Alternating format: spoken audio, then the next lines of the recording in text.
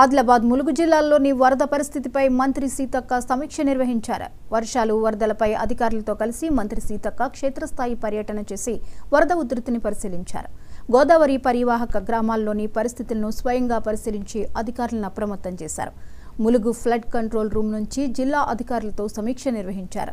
ప్రజలకు ఎలాంటి ఇబ్బంది కలగకుండా చర్యలు తీసుకోవాలని మంత్రి సీతక్క అధికారులను ఆదేశించారు.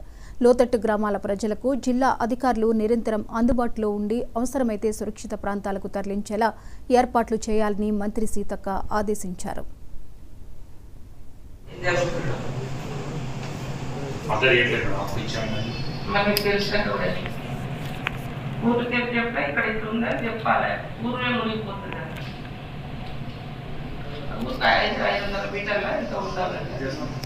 అందుకోసం ఉన్నంతలో మనం చేయగలిగేది, మనం అలర్ట్ ఉండేది, మన ప్రజల ప్రాణాలు కాపాడగలిగేంత వరకు మనము ప్రికాషన్స్ తీసుకొని అన్ని రకాలుగా అంచనాలు వేసుకొని ఏటు వర్షాలు వస్తే ఏ వాక్ ఎఫెక్ట్ అవుతుంది, ఆ వాగు ద్వారా దాని కింద ఎన్ని విలేజెస్ ఉన్నాయి, వాళ్ళకి ఎట్లా అలర్ట్ చేసుకోవాలనేది.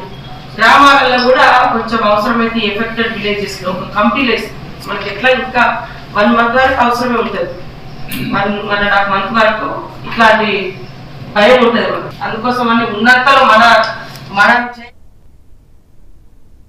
వైసీపీ అధికార ప్రతినిధి నాగార్జున యాదవ్ ని పోలీసులు